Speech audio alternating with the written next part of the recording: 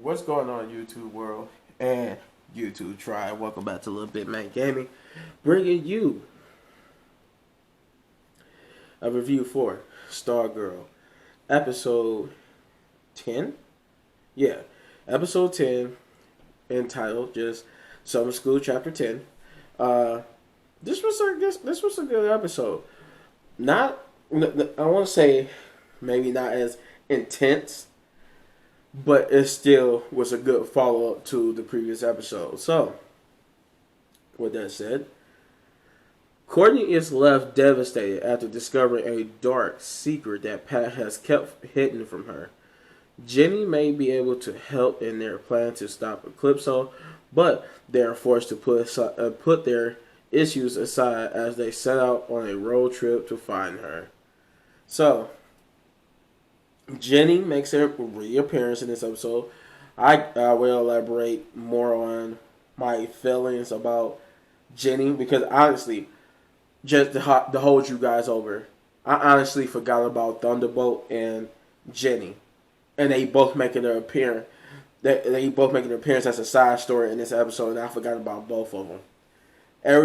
We've seen so much since the introduction of her and Thunderbolt that happened that I honestly forgot they was in the series. But let's get back. So this episode starts with a flashback. It's the aftermath of what the JSA had to do to stop Eclipso, right? So they show what happened. Bucky, I said Bucky. Stripesy and Starman, they get back to the JSA headquarters. Well, not maybe not where the table is at, where they all sit and talk, but the underground part where Stripesy keeps the car at. So we get there, we see Stripesy. He's basically like putting some stuff away, packing some stuff, and Starman basically comes with a pack of beer, and he wants to talk about what happened, and he apologized to Stripesy for basically doing what they did. He reaffirms what he said last episode that the JSA should have never killed somebody, and that they shouldn't have let Eclipso put them in a position where they had to spill an innocent man's blood. They had to victimize, or like Jay Garrett said, you're victimizing a victim. Uh, so, Starman just basically want to make it up to Stripesy because they did something out of fear that they would never take back, that they could never undo now because they was afraid. And if you don't know what I'm talking about, in the last episode, it was revealed that the only way to stop Eclipso is to destroy the host who holds the diamond. And that's the only way to, not to destroy him, to stop him. Did I say stop? Hopefully I said stop. It's early. I need some sleep. But yeah, he basically, he apologized for it, and they hashed things out. We moved back to the present, and we pick back up. The present picks back up basically where the previous episode ended, where Courtney confronted her mom, and they having this big old argument about this secret, and that was the secret. This again, if you don't know what I'm talking about, the secret was that the JSA in the previous, it was revealed in the previous episode that the JSA basically made a choice to kill the guy who throughout the series been following, the guy who basically brought Eclipso's diamond from that mysterious island that nobody could find on the map or possibly get to. He was the only person to find that island and bring the diamond back to the States. And the secret got revealed to Courtney and to us, the audience, that the big secret that Courtney's mom was keeping from Courtney, mom and Pat was keeping from Courtney and the rest of the JSA was that the JSA chose to kill the host, as they found out from the Shade that killing the host is the only way to stop Eclipso, and they went and did that. And now this episode picks up on the aftermath of that, where in the last episode you just heard in the distance Courtney yelling at her mom, and now we get the full blown up close, not in distant form, but up close and actually right there in it, where Courtney basically she's horrified and disappointed that that Pat and her mom would keep such a secret, and they tell her we did it because we wanted to protect you and your friends from a horrible tragedy that the JSA did. And she's like, the horrible tragedy, the JSA killed someone. She said, how that could have been, how helpful that could have been to Yolanda if Yolanda would have knew she wasn't the first member of the JSAA to kill someone. Like, how that could have helped her to know that she wasn't portraying what the JSAA stood for, even though somebody else killed it. How that could have helped, Rick. How that could have helped Rick. And they, Pat and them trying to reassure her they did what they thought was best, but she basically tells them that, you might have did what you thought was best, but this pretty much wasn't the best idea, and now basically the trust is broken. Like, she does not trust them at all anymore because Pat kept hiding secrets. Like, I guess from Courtney's standpoint, you hear one secret that I had to confront you about at that at that football game, but now I had to confront you by another secret that you should have told us, and now she's basically saying I don't have no more trust in you because you keep hiding all these secrets. So we transition right in the middle of that argument. The Shade falls from the ceiling, and he breaks this table or this chair, and he said, "Well, that's not the graceful way to make an entrance." And he basically proceeds to sit down and tell them a plan to stop Eclipso. He knows a way to stop him. They said as long as they could reform the diamond that Eclipso escaped from, that they could use it to retrap Eclipso again. And he informs them that the only way to reform the diamond now that it was shattered was to use light. A light power, light beam, like a beam of light from any type of source, could basically reattach the parts back to each other. Hearing this, Courtney tries to use the staff, but the staff is no good. It doesn't have enough juice to reform the diamond. So they try to figure out another method, a la Jenny. They realize Jenny has enough power from the Green Lantern ring to use her power to reform the diamond itself. But the problem is they don't know what Jenny is. So Pat and Courtney takes a road trip to go find Jenny and and basically convince her to come back with them to help refix the diamond. So then we get a little side story with Beth. Beth is basically still dealing with her parents and trying to figure out where Dr. Midnight is.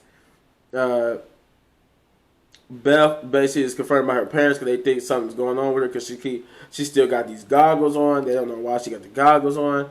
And she said, don't you want to take them off? And she's like, you know what? I don't want to take them off because they helped me see what's real. They're like, what's real? Like, what are you talking about? What's real?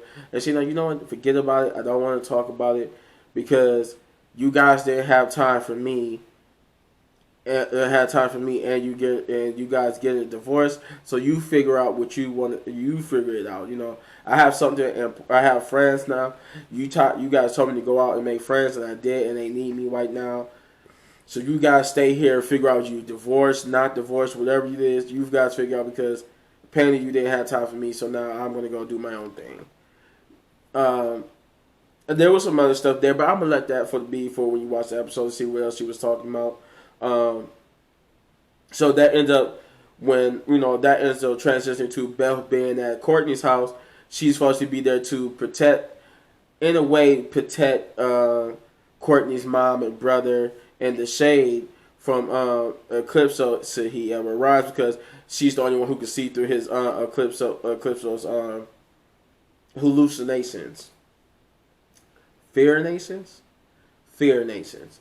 Uh, she's the only one who can see through him. So they leave her there to help, as case be, and if something really does happen, she can contact them. So she ended up getting in contact with Dr. Midnight again, and this time, it seemed like because she was close to the shade, that her connection to him was stronger, and they began to have this whole conversation, and he reveals to her that the shade was here, that they can't trust him because he killed you. But Dr. Midnight like, kill me? No, he saved my life. But I guess by putting him in Shadowlands. So he proceeds to tell her what the Shadowlands and basically give her like some insight onto the diamond. And that's pretty much what she spends the rest of this episode at, researching all this paperwork. Barbara looks over the shade, and Mike tries to basically fix Stripesy's robot. So back to Pat and them. They driving. They go find Jenny, Jenny's basically been living in a trailer of not so stable buildings after she has caught them on fire by accident. And they used that to track her, and they found out she's at this home where her brother was sent to, because he was like caught for some, I don't want to say breaking and entering. I think he was like robbing convenience stores, or he was doing something of that nature. And he got sent there. And Jenny tracked him down. They tracked her down, and she begins to explain to them that the fires was her fault because she forgot everything that Pat taught her, and that when she found out things was going on with her brother, she got so emotional, so upset, that her power spewed out of that and kind of caused those fires. But they end up, they told they would help her with her brother problem, but they need her help first. And they catch her up on Eclipso and the events that happened after she left, including with Eclipso. And she says, I think she says, I should have never left. And then she agrees to help. So she goes. I think as she comes to terms with her brother's not here. We see like a mysterious phone call from a nurse revealing that maybe her brother was there the whole time, and something nefarious is happening. So we cut to a scene with Beth as she's going through this paperwork. I think you had like a scene where Barbara in the shade, where Barbara was checking on the shade, and he was like having like a fever, like he was having a fever fit before eventually getting ready to pass, and he started calling her by a different name, and apologizing. But Barbara trying to reassure him it's okay and that she's not the person he was referring to. But through all that, later on in the episode, you find out Beth made a discovery about the dark ring, about the diamond, that she warns Barbara that they got to warn Pat and them not to do. Because it may have been some information given to them that wasn't so on the up and up and kind of manipulative, and pretty much that's what it turned out to be. Somebody manipulated their way back to being full status. And that something else happened when the diamond is complete. It has the opposite effect of what they thought was going to happen, or how they was going to use it to make it happen. Sorry about that.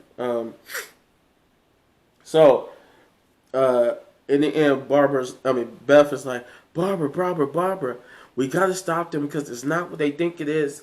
And we get an appearance from a certain person because of the deceit. And one person leaves while another person shows their head in front of Courtney. A battle ensues, and I think Courtney is pretty much in a dark predicament now. But that's all I got. That's all I'm going to give you. if I were to give this episode anything, I would give it a. I give it an 8 big ups just because I ain't had no problems with it, but it's just. Oh yes, I did. Yes, I did. The problem I had, it was two problems. The problems I had with this episode was how long it took for them to find something for Jenny to do to where she could be back, she could be brought back to be a part of this team, and but I find it just kind of useless to write her off like that.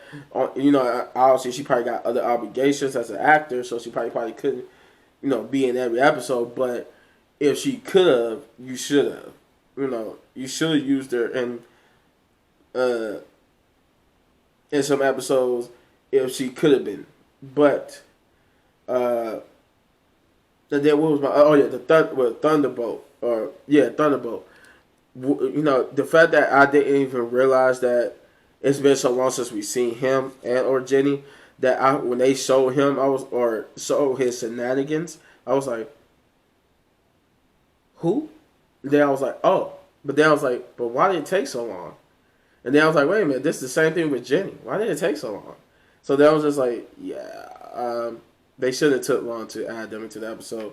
But yeah, that was the only two things I had a problem with was the late inclusions of Jenny and Thunderbolt at this point where we've been had these episodes with these little hints and we could have been paid at all. But they chose to wait till now. And the only thing I can say is, well, I guess we gotta keep watching to see why it makes sense. But if you enjoy this video, then hit that button right there in the upper right corner for all of my reviews. And if you enjoy so much you want to support the channel, then hit that like button, hit that subscribe button, become part of the fam, and hit that notification button so you get notified when I drop videos. And as always, hit any one of these videos for more of my amazing content, but don't go nowhere. I got one more video for you. See you in the next one.